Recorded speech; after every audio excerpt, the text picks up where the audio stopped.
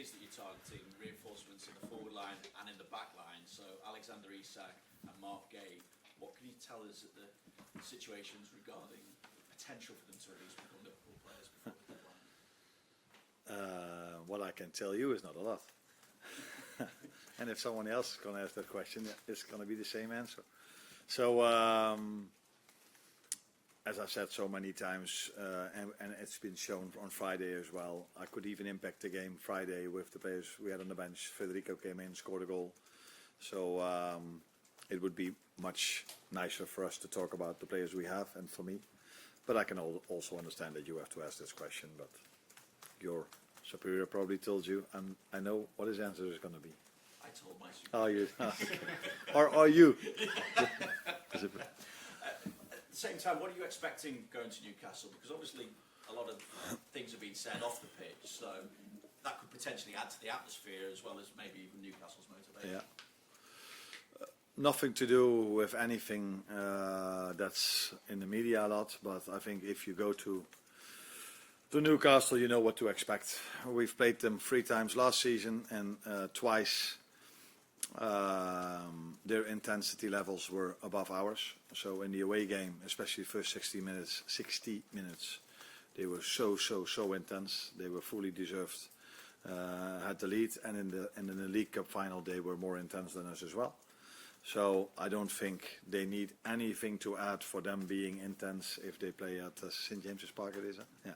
They play at St James's Park. So yeah, it's apart from the intensity, it's a very good team. They have also a team that can make it a fight, if you want to call it like this. They have players for this, but they also have players that are so comfortable on the ball. So one of the best teams in the league, and one of the most difficult away games that you can have in a season, especially, as you say it here, under the lights. Yeah, under the lights. So yeah.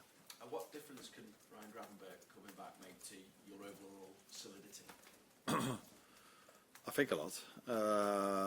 At least if he's the same player as he was last season, that could help us a lot. If you just simply look at the second goal we conceded, they could just go from one side, from the 18-yard box to the other side, without being attacked, which was smart because Virgil and Ibu needed to go back because it was a 4-2 situation. But I think if you look back at last season and every single time he played, Ryan would have been in that position.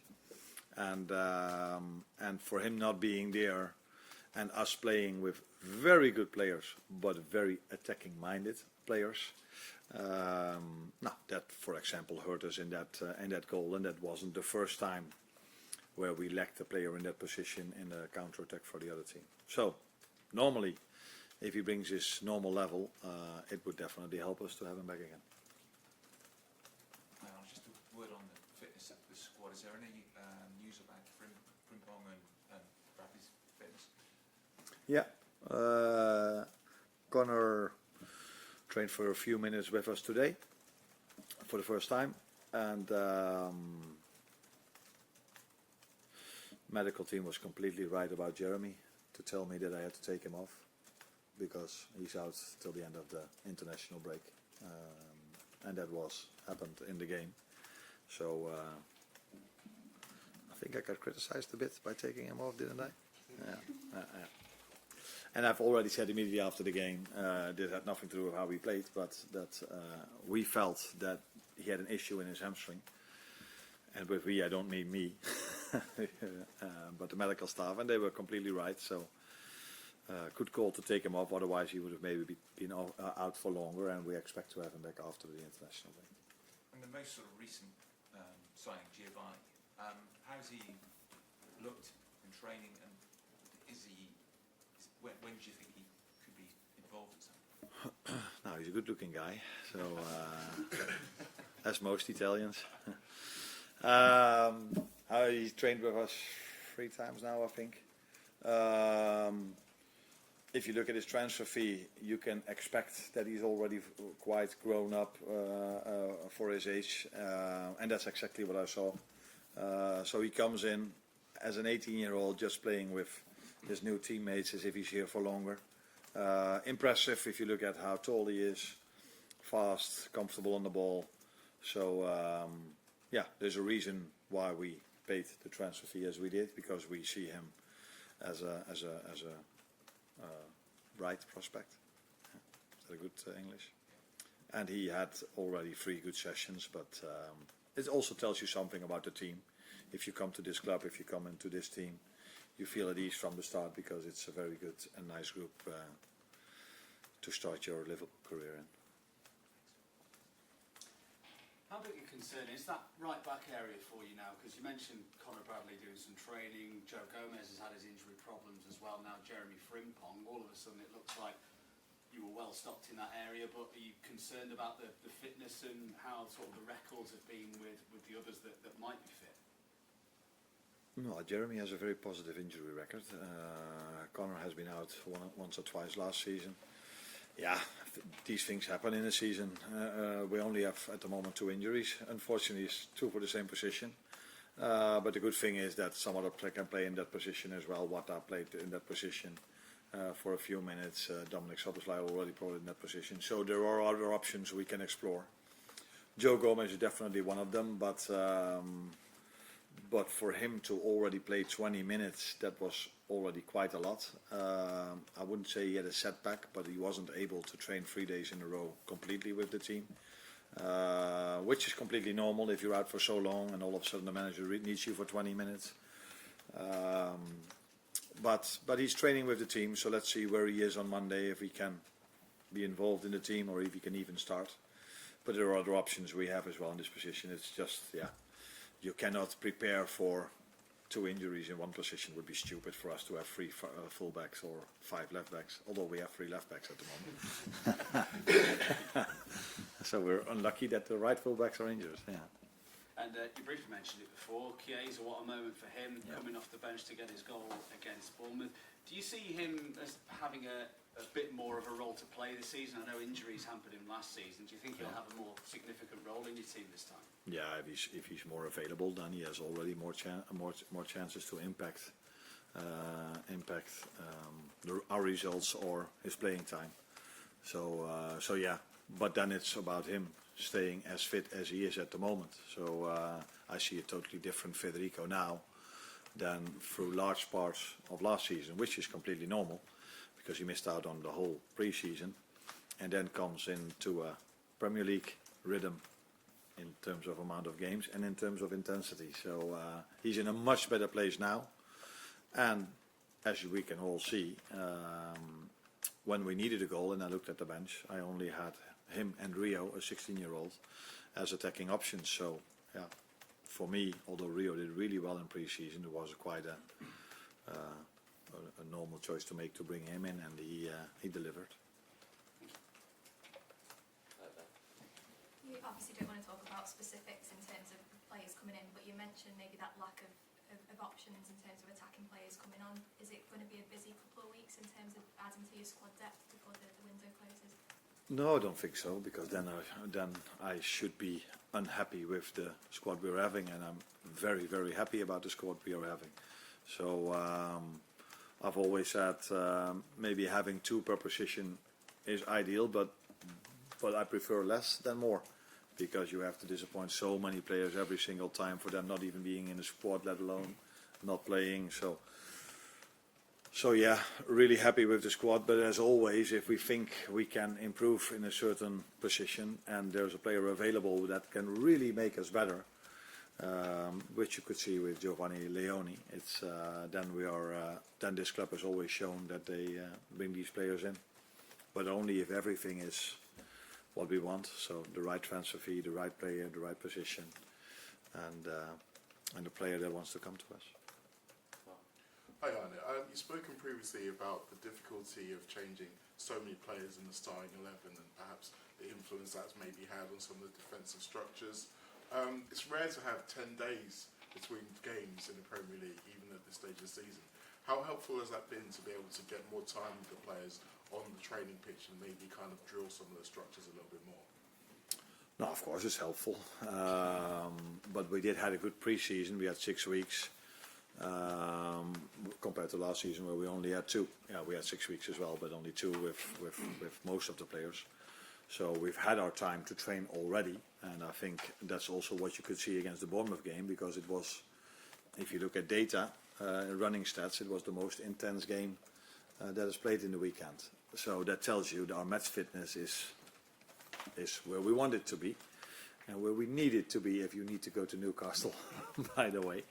But it's also clear that in pre-season, that's what I said, I mixed up lineups, and then it's quite normal that you don't see every time the right connection between some players or some lines.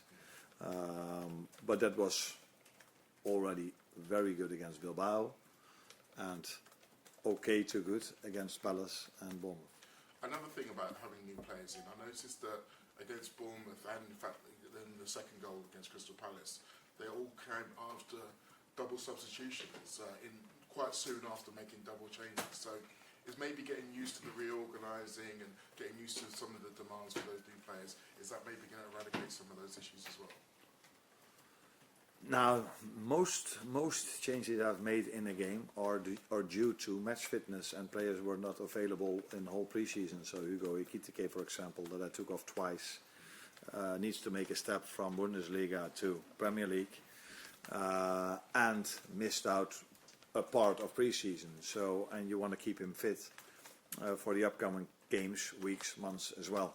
It's the same with McAllister, who was not able to start, in my opinion, yet against Palace. But I think he needed playing time. It's the same why I started him against Bournemouth. Was he already on the top of his level? No. But to get there, he needs playing time. So I had to take him off.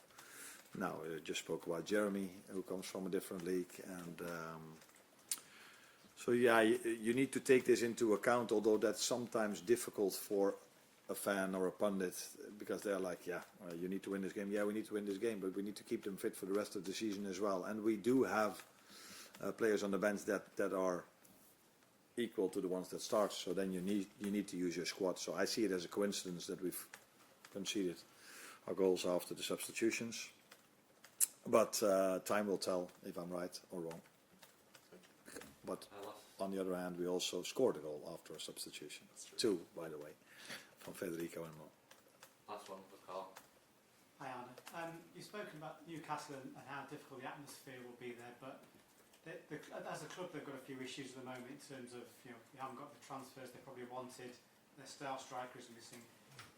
Does that make it easier for you in a way to go there, knowing that they've got a club with troubles? No, I don't think they're a club of troubles. They had a very good start of the season against Villa. Good game for them. I think they were able to get more out of the game than the 1 point they got. So it's not only difficult, or it's mainly difficult because of the players they're having there, not only because of the fans. But the atmosphere is great, like it is at Anfield. So we are used to a certain environment. But St James's Park is, if I just remember last season, where it was in an evening game, by the way, as well, the atmosphere was amazing. And it will be the same. But why is the atmosphere amazing? Because the players can perform. They can add to the atmosphere by being as intense as they were, bringing the quality as they brought in that game. So that's going to be the challenge. The challenge is of course also playing in a stadium where the fans will be there for the home team.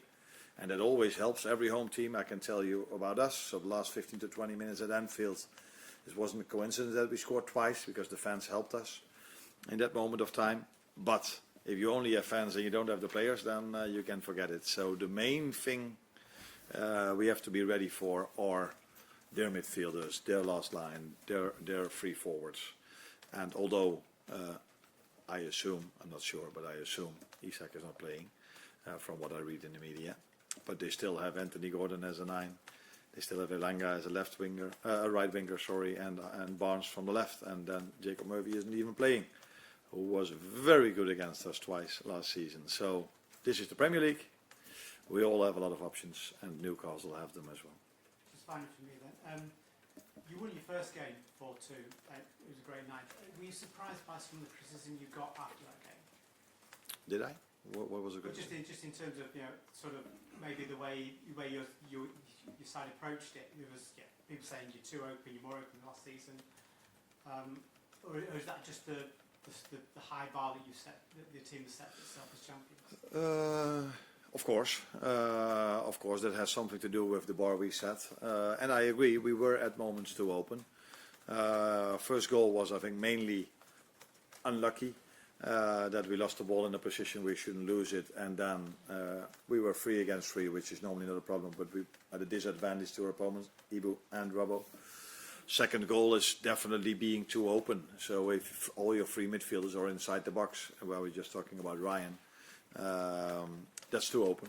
So I agree on that. But also the reason why we scored the 3-2, that it was one of our midfielders, Curtis Jones, arrived in the box, what made it difficult for the goalkeeper. Ball fell to Federico. So it's also who we are, but we need to find the right balance by not being too open. But that balance will be better with Ryan. Unfortunately, if you want to judge me or us, we now have to play Newcastle and Arsenal, who are normally teams that are going to be above Bournemouth in the league. So it's even harder to play against them. But with Maka being back, with Ryan in his normal position, I expect us to be even better prepared for the counter attack than we were in this 2-2 moment, because I've watched the game, I think, twice back, and I don't think there's, apart from the 2 goals, where especially the second one is a counter attack, I don't think there were many other counter attacks from Bournemouth. But yeah, if it leads to a goal, it's of course a big story. And for us, conceding 2, that's too much in a home game. So yeah, that's too open now. Cheers on it. You're welcome.